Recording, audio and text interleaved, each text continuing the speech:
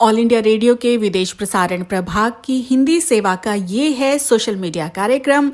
स्वीकार कीजिए नीलम मलकानिया का प्यार भरा नमस्कार। स्वागत आप सभी का। हमेशा की तरह इस एपिसोड में भी हम आपके लिए लेकर आए हैं कुछ संदेश, कुछ जानकारियां। बने रहिएगा हमारे साथ।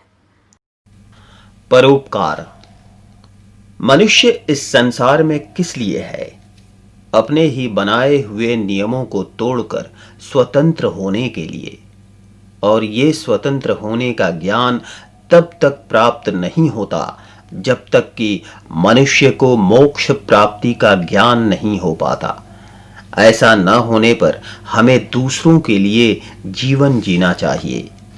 देश व समाज के प्रति निष्ठा का भाव रखना चाहिए। दूसरों के लिए हितकर हो ऐसे कार्यों को आगे बढ़ाते रहना चाहिए। हम सबके भीतर जन्म से ही 3 व्यक्तित्व होते हैं: परमात्मा, महात्मा, आत्मा। महात्मा का मतलब जो सभी जीवों के प्रति करुणा का भाव रखता हो, संसार में सभी लोगों का जीवन अच्छा बने इस तरह के हितकारी कार्य करता हो तथा परमात्मा को पाने के लिए सही रास्ते पर चल चुका हो। इस तरह के कार्य को करने के लिए ही हमारा जन्म हुआ है।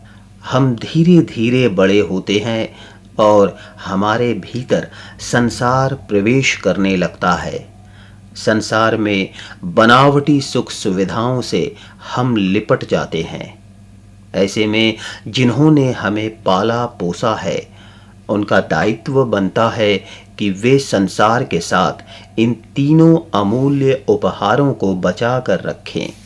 कहने का मतलब ये है कि संसार भी बना रहे और परमात्मा, महात्मा व आत्मा का व्यक्तित्व भी कायम रहे।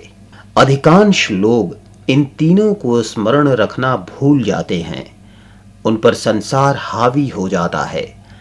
संसार यानी सुख भोगने के तमाम साधनों को व्यक्ति भली प्रकार अपने अंदर सहेज लेता है और इन 3 परमात्मा, महात्मा, आत्मा मूल से वो बिछड़ जाता है। इन 3 महत्वपूर्ण विषयों से भटकने पर ही मनुष्य के जीवन में अशांति आनी शुरू हो जाती है। दूसरों को दुखी करके सुख प्राप्त करने की कोशिश करें। अपने पद व प्रतिष्ठा की हनक दिखाकर कमजोर लोगों का निरंतर शोषण करते रहना, दूसरों को धोखा देकर अपने लिए सुख साधन प्राप्त करें और सिर्फ अपने लिए ही जिएं, इसी तरह का कार्य करते रहने के कारण ही शत्रु का दुख का संयोग आता है। गौर करने की बात यह है कि क्या कोई भी पेड़ अपने फल या फूल को खुद खा लेता है? नहीं खाता। वृक्ष का तो जीवन ही परोपकार के लिए होता है। वो तो मनुष्य व जीव मात्र की सेवा में ही पत्ते, फूल, फल आदि को अर्पित कर देता है। ऐसा करने से वृक्ष को क्या मिलता है? ऐसा करने से वृक्ष को उच्च गति मिलती है। इसलिए हमें अपना जीवन दूसरों की सेवा में लगाना चाहिए। समाज सेवा, देश सेवा और ज़रूरतमंदों की मदद करने की आदत डालनी चाहिए। जो काफ़ी पीछे है, उन्हें आगे बढ़ाने के लिए खुद को पीछे जाना पड़े तो उसकी परवाह नहीं करनी चाहिए। जो इस तरह का जीवन जीते हैं, वे उच्च गति को प्राप्त होते हैं।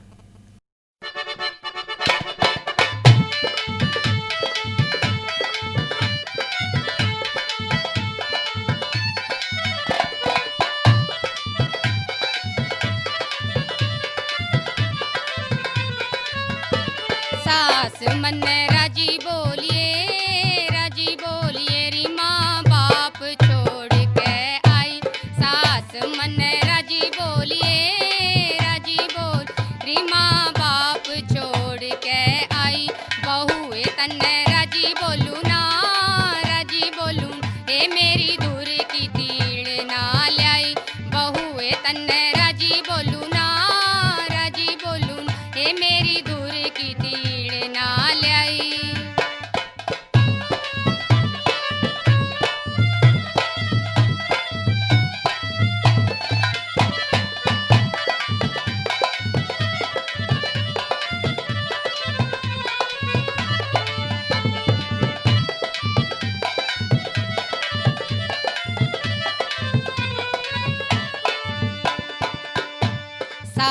तेरे इब बांधू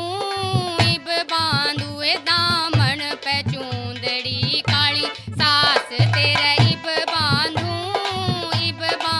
ए दामन पे चूंदड़ी काली।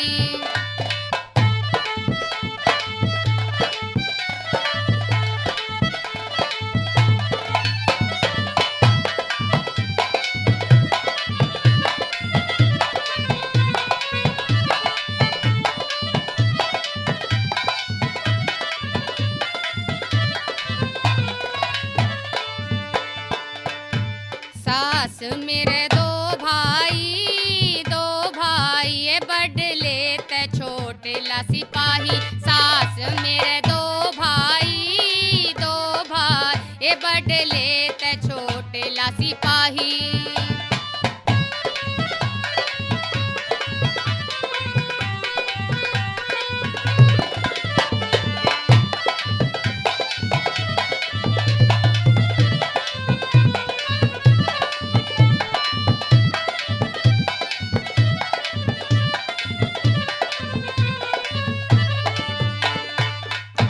सास तेरे लागे डंडे तन ले जा पकड़ सिपाही। सास तेरे लागे डंडे तन ले जा पकड़ सिपाही।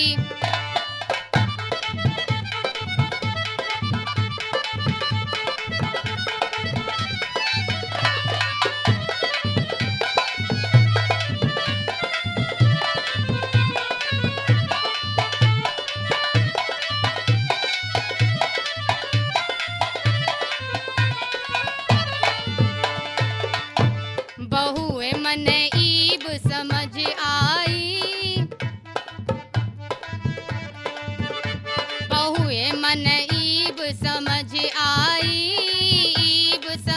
आई ओ तेरी दामन पे चूंदड़ी काली। बहुए मेरे सीब समझ आई ए दामन पे चूंदड़ी काली। बहुए तन्ने राजी बोलूंगी ईब समझ में आई। बहुए तन्ने राजी बोलूंगी ये मेरे ईब समझ में आई। बहुए तन्ने राजी बोलूंगी ये मेरे ईब समझ में आई। ऑल इंडिया रेडियो की ये हिंदी सेवा है। अब आप मुनीश शर्मा से समाचार सुनिए। नेपाल में भारत के सहयोग से जारी परियोजनाओं की प्रगति को लेकर आज भारत और नेपाल की एक बैठक हुई। नेपाल के प्रधानमंत्री की भारत के प्रधानमंत्री के साथ फोन पर हुई चर्चा के बाद यह बैठक और महत्वपूर्ण हो जाती है। नेपाल में कई बुनियादी और सामाजिक परियोजनाओं में भारत मदद करता रहा है।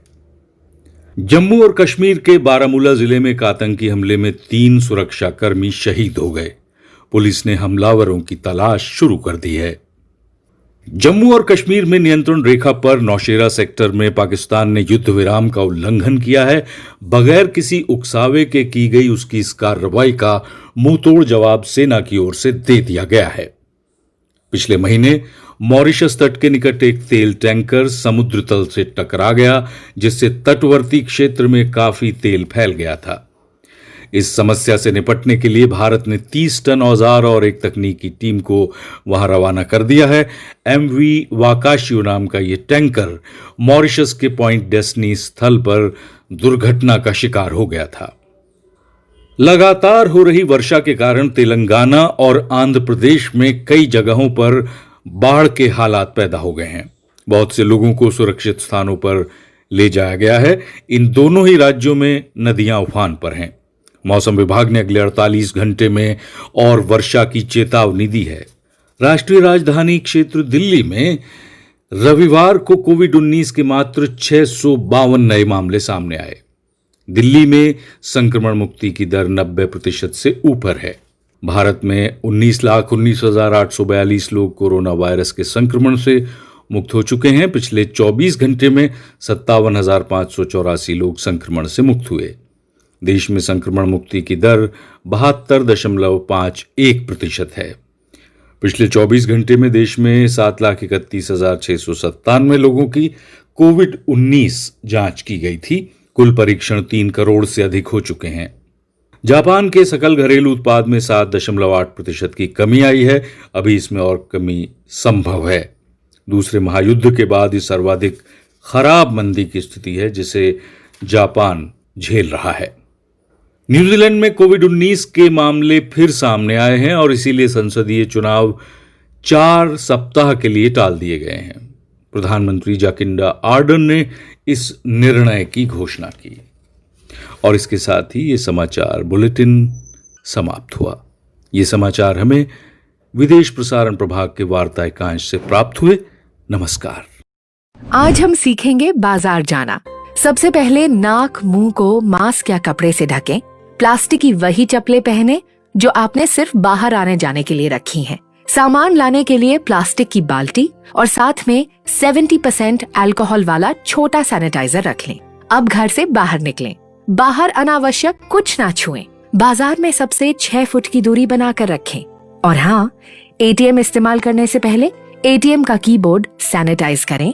पैसा निकालकर कार्ड को भी सैनिटाइज करें। खरीदे हुए सामान को बाल्टी में डालकर घर लौटें। जी हाँ, कोरोना का खतरा टला नहीं है, इसलिए हमें बाजार जाने के नए नियम सीखने होंगे। सावधानी की आदतों के साथ जीना सीखना होगा। नए नियम अपनाएंगे, कोरोना को हर दिन हराएंगे। उत्तर प्रदेश सरकार द्वारा जनहित में जारी।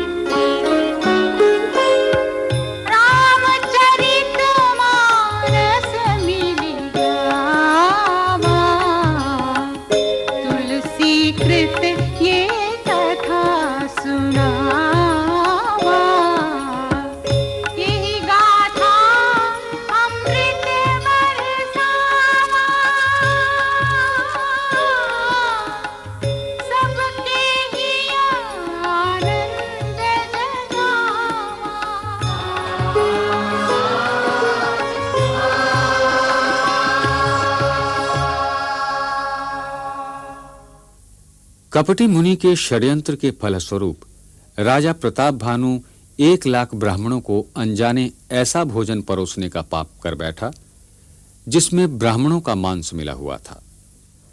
निमंत्रित ब्राह्मण भोजन करने ही वाले थे कि आकाशवाणी हुई, हे ब्राह्मणों, उठ उठकर अपने घर जाओ, ये अन्न मत खाओ।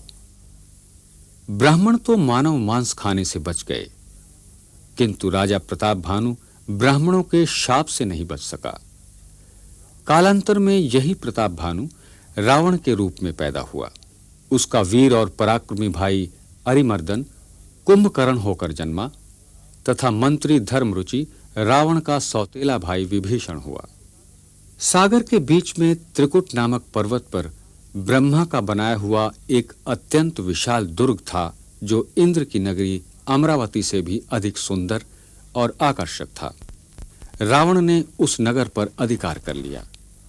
उसे अत्यंत दुर्गम जानकर रावण ने वहीं अपनी राजधानी बनाई और कुबेर को परास्त करके उनसे पुष्पक विमान जीत लिया। एक बार खेल खेल में ही उसने कैलाश पर्वत को अपनी भुजाओं में उठा लिया।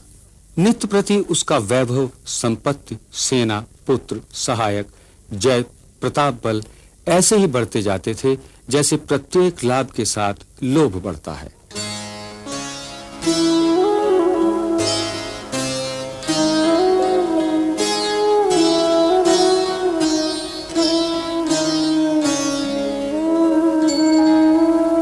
खाई सिंधु गभीर अति, चारिहु दिसि फिरि आव। कनक कोट मणि खचित दृढ़, बरनि न जाई बनाव। हरि प्रेरित जहि कल्प जोई, जातु धानपति होई। सूर प्रतापी अतुल बल, दल समेत बस सोई।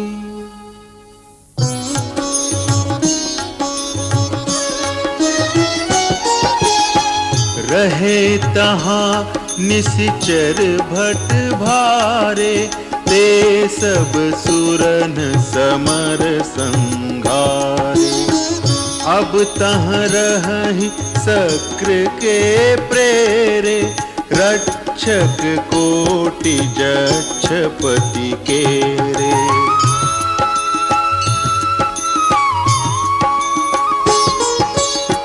दस मुख कतहु खबरी असी पाई, सेन साजगढ़ घेरे सिजाई। देखी बिकट भट बड़ी कटकाई, जच्छ जीव ले गए पराई। फिर सब नगर दसानन देखा, गयऊं सोच सुख भयऊं विसेखा। सुंदर सहज अगम अनुमानी, कीनी तहाँ रावण रजधानी। जेहि जस जोग बाटी गृह दीने, सुखी सकल रजनीचर कीन्हे। एक बार कुबेर पर धावा, पुष्पक जान जीत ले आवा।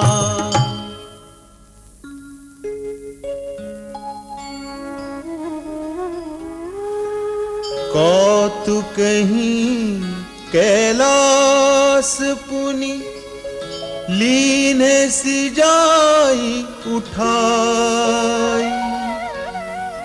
मनहु तौली निज बाहुबल, चला बहुत सुख पाई।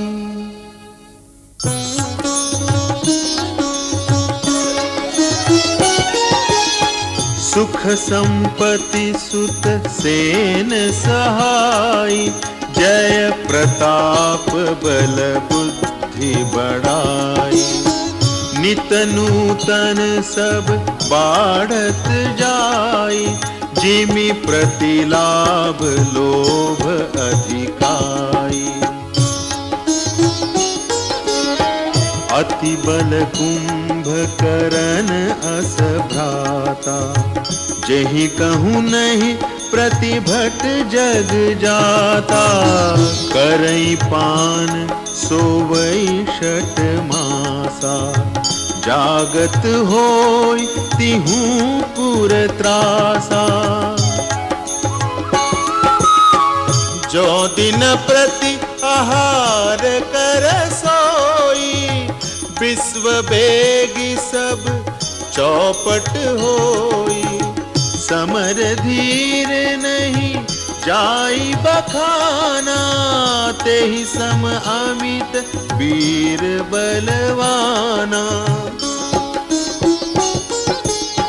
बारिद नाद जेठ सुत तासु, भट महु प्रथम लीक जग जासु।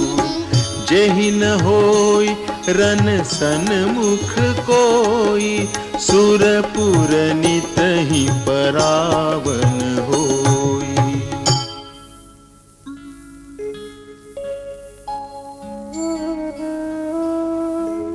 कुमुख अकंपन कुलि सरद, धूम केतु अतिकाय।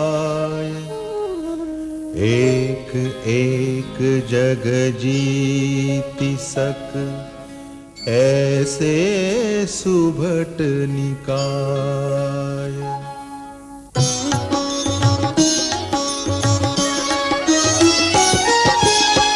काम रूप जानहि सब माया, सपने हूँ जिनके धर्म न दाया।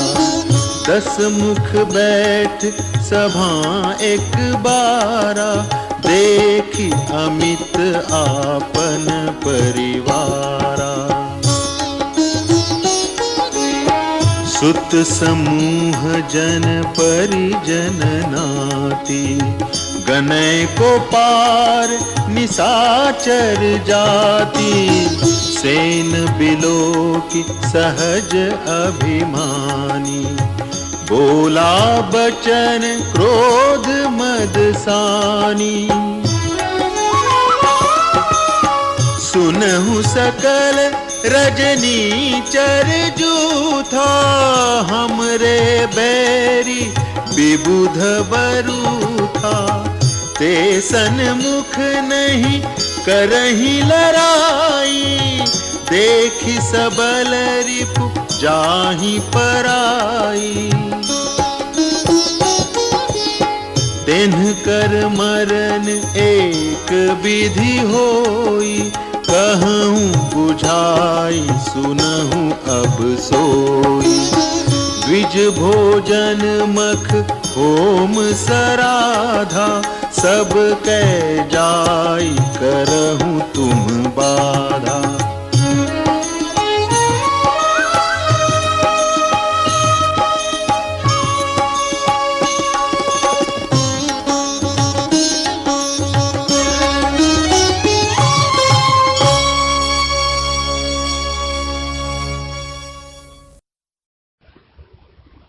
आइए सुनते हैं सामयिक वार्ता। विषय है स्वाधीनता दिवस के अपने संबोधन में प्रधानमंत्री ने आत्मनिर्भरता पर बल दिया। आलेख पदम सिंह का है। वाचक हैं मनोज कुमार चौधरी।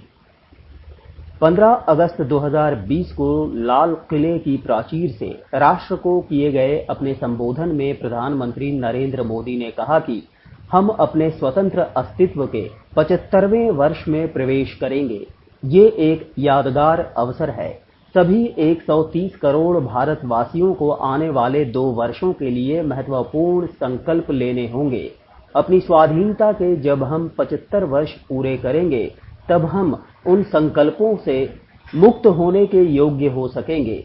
प्रधानमंत्री ने कहा कि हमारे पूर्वजों ने कड़ी वचनबद्धता, अटूट एकता, ईमानदार तपस्या, आत्मसंयम तथा बलिदान के साथ स्वाधीनता की लड़ाई लड़ी। उन्होंने मातृभूमि भारत के लिए जिस तरह से अपने जीवन का बलिदान दिया, उसे हमें नहीं भूलना चाहिए। हमें कभी नहीं भूलना चाहिए कि दासता के लंबे अंधेरे समय के दौरान एक क्षण के लिए भी उन्होंने स्वाधीनता की इच्छा को छोड़ा नहीं। बापूजी महात्मा गांधी के नेतृत्व में जन आंदोलनों के साथ महान राष्ट्रीय जागरण ने स्वाधीनता के संघर्ष को एक नई गति प्रदान की। इसी कारण आज हमें इस प्रकार के उत्साह के साथ स्वाधीनता दिवस मनाने का सौभाग्य मिला है। पूरी दुनिया में स्वाधीनता की अपनी लड़ाई में भारत एकता की अपनी शक्ति के साथ अपना सर ऊंचा किए आगे बढ़ता गया तथा एकजुट होकर अपनी वचनबद्धता और प्रेरणा के साथ अपने उज्जवल भविष्य के लिए इसने संकल्प लिया। श्री मोदी ने कहा कि कोरोना महामारी के बीच में 130 करोड़ भारतवासियों ने स्वयं को आत्मनिर्भर बनाने के संकल्प लिए। आज प्रत्येक भारतीय के मन में आत्मनिर्भरता अंकित है। हम आत्मनिर्भर भारत के सपनों की अनुभूति का गवाह भी बन रहे हैं। आत्मनिर्भर भारत केवल एक शब्द नहीं है, ये 130 करोड़ देशवासियों के लिए एक मंत्र बन चुका है। हम स्वाधीनता की 75वीं वर्षगांठ से केवल एक कदम दूर हैं। भारत जैसे देश को अपने दम पर खड़ा होना तथा आत्मनिर्भर बनना आवश्यक है। प्रधानमंत्री ने पूरे विश्वास के साथ कहा कि भारत इस सपने को साकार करेगा। देश के नागरिकों की शक्ति इसकी वजह बनेगी। प्रधानमंत्री ने नागरिकों की प्रतिभा पर गर्व का अनुभव किया। उन्होंने अपने युवाओं तथा देश की अद्वितीय महिला शक्ति में विश्वास भी व्यक्त किया। इतिहास गवाह है कि जब कभी भारत ने कुछ करने का संकल्प लिया है, इसने कर दिखाया है। श्री मोदी ने कहा कि भारत ने इस कहावत का सदा ही पालन किया है, समूचा विश्व एक कुटुंब है। वेद की वाणी है, वसुधैव कुटुंबकम। तथा विनोबा जी कहा करते थे, जय जगत अर्थात विश्व की जय हो। इस प्रकार पूरा विश्व हमारे लिए एक परिवार है। इसलिए वित्तीय विकास के साथ साथ मानव जाति तथा मानवता को भी महत्व दिया जाना चाहिए।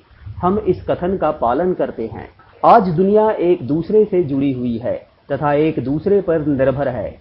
इसलिए ये समय की मांग है कि भारत जैसे एक विशाल देश को विश्व की अर्थव्यवस्था में अपने योगदान को बढ़ाना चाहिए। विश्व कल्याण की दिशा में ये भारत का कर्तव्य भी है। अगर भारत अपने योगदान को बढ़ाना चाहता है तब इसे खुद भी सशक्त बनना होगा, इसे आत्मनिर्भर बनना होगा। हमें विश्व कल्याण के लिए योगदान देने योग्य बनना होगा। अगर हमारी जड़ें मजबूत होती हैं तथा हम अधिक सक्षम हैं, हम विश्व कल्याण की दिशा में कदम उठाने के योग्य बनेंगे। प्रधानमंत्री ने स्वाधीनता दिवस के अपने संबोधन में कहा कि हमारे देश में प्रचुर मात्रा में प्राकृतिक संसाधन हैं। समय की मांग है कि देश को नए शिखर तक ले जाने के लिए मानव संसाधनों तथा हमारे प्राकृतिक संसाधनों का हमें मूल्य वर्धन शुरू कर देना चाहिए। उन्होंने कहा कि कब तक हम दुनिया को कच्चे माल का निर्यात करते रहेंगे, कब तक कच्चे माल का निर्यात तथा तैयार सामान का आयात जारी रहेगा। हमें जल्द ही आत्मनिर्भर बनना होगा। विश्व की आवश्यकताओं के अनुसार हमें हमारी क्षमताओं का मूल्य वर्धन करना होगा। यह हमारी जिम्मेदारी है। हमारी शक्ति आत्मनिर्भर की शक्ति में है। कृषि में मूल्य वर्धन इस क्षेत्र के लिए भी आवश्यक है। विश्व की आवश्यकताओं के अनुसार हमें कृषि क्षेत्र को विकसित करने की आवश्यकता है। हमारे कृषि क्षेत्र के लिए मूल्य वर्धन की आवश्यकता है। देश कई नई पहल कर रहा है। हम अंतरिक्ष क्षेत्र को खोल चुके हैं। देश के युवाओं को अवसर मिल रहे हैं। जब अंतरिक्ष के क्षेत्र में भारत सशक्त बनेगा, तब पड़ोसी देशों को भी इसके लाभ मिलेंगे। अगर हम ऊर्जा के क्षेत्र में सशक्त बनते हैं तो भारत अपने अंधकार को दूर करने की इच्छा रखने वाले देशों की मदद कर सकेगा। जब देश की स्वास्थ्य संरचना आत्मनिर्भर बनेगी, तब स्वास्थ्य पर्यटन के लिए भारत एक वरीयता वाला देश बनेगा। इस प्रकार ये देखना आवश्यक है कि विश्व में मेक इन इंडिया के उत्पादों को सराहना मिले। प्रधानमंत्री ने कहा कि इस सच्चाई का इतिहास गवाह है कि एक समय था जब हमारे देश में कुशल मानव शक्ति से निर्मित वस्तुओं की विश्व में सराहना होती थी। कार्यक्रम आपको कैसा लगा हमें जरूर बताइएगा esth.radiomail@gmail.com पर। अपना ध्यान रखिए, अपने परिवार का ध्यान रखिए। अगले अंक में हम फिर हाजिर होंगे। अब मुझे यानी नीलम मलकानिया को दीजिए इजाजत। नमस्कार।